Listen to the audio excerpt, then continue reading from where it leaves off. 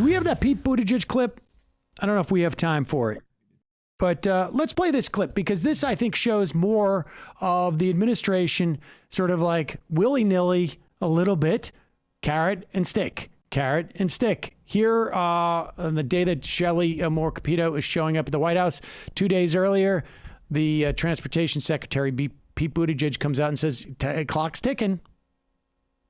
So some Democratic lawmakers who, and I'm not just talking about the Bernie Sanders types who are very skeptical of Republicans to begin with, even though Sanders does have a record of bipartisan work, but some people who make a tradition of it, who normally cut deals, they say, you know what, Buttigieg, you've negotiated enough. The Republican counterproposal isn't much more than the U.S. would have spent anyway. You're wasting your time. Take a listen. It's an old expression, fish or cut bait. I think we're getting to that moment. We hope to move forward with Republicans, but we're not going to let them saying no stand in our way. But at some point, we have to move forward. Casey, Schumer, Durbin, these are people who generally would be in favor of negotiating. Are you basically saying that in the next week, if there isn't an agreement, Democrats are going to go it alone? I think we are getting pretty close to a fish or cut bait moment, but I'll tell you that on the fishing side of things, the negotiations have been healthy. There's a lot of conversations going on among members of Congress who have come forward with a lot of different ideas, in addition to the discussions that we've had with the group led by Senator Capito. So we believe in this process, but also very much agree that this can't go on forever. The American people want results. We are 13th place in infrastructure as a country now, and probably headed the wrong direction. We are seeing losses to this day, not just things you count up in industry group reports of the millions that are lost when we have port backups, but just individual families paying hundreds of bucks a year in the so-called pothole tax, the invisible cost of wear and tear on our vehicles when roads aren't in good shape. This can't go on in terms of the condition of our infrastructure. Therefore, the negotiations can't go on forever either. All right, so there you have it, and so they're putting it out there. This is one of those things where I'll tell you how this worked out in a couple of months. It was either just a complete folly or it was well played.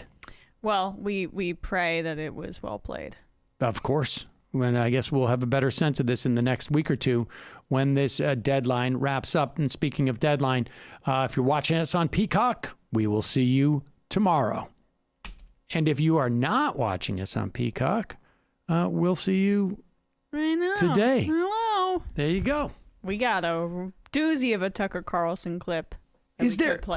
We got some Tucker stuff. I mean, is there a comprehensive list or book of the various massacres that took place from essentially, I guess starting in 1870 to 40 years ago? I mean, there should be, but even in reading about the Tulsa massacre, Black Wall Street, as it was colloquially referred to, they tried to, after it was all over, erase newspapers from the archives and literally cut out articles about what happened.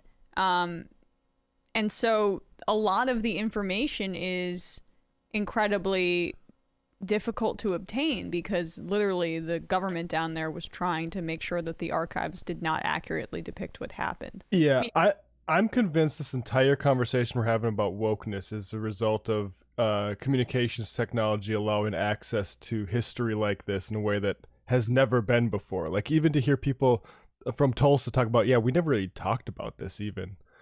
And now, you can't really avoid the history now. Yeah, I mean, that's a good point. It's crazy when you look back on the newspapers from that time. It's not crazy, but it's another stark reminder. A lot of the headlines before it became unavoidable were 2 white deaths in race riot in Tulsa.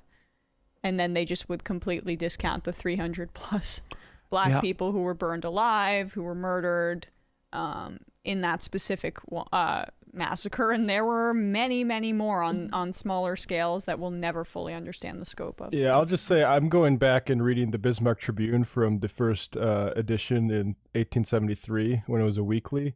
And yeah, old newspapers, not very progressive on race, to name other issues. Is that right? It's pretty insane. I'm surprised about that. I would have thought that those papers would have been very, very progressive on race. Newspapers, the liberal media. Exactly. Yeah, exactly. What's up, Brandon?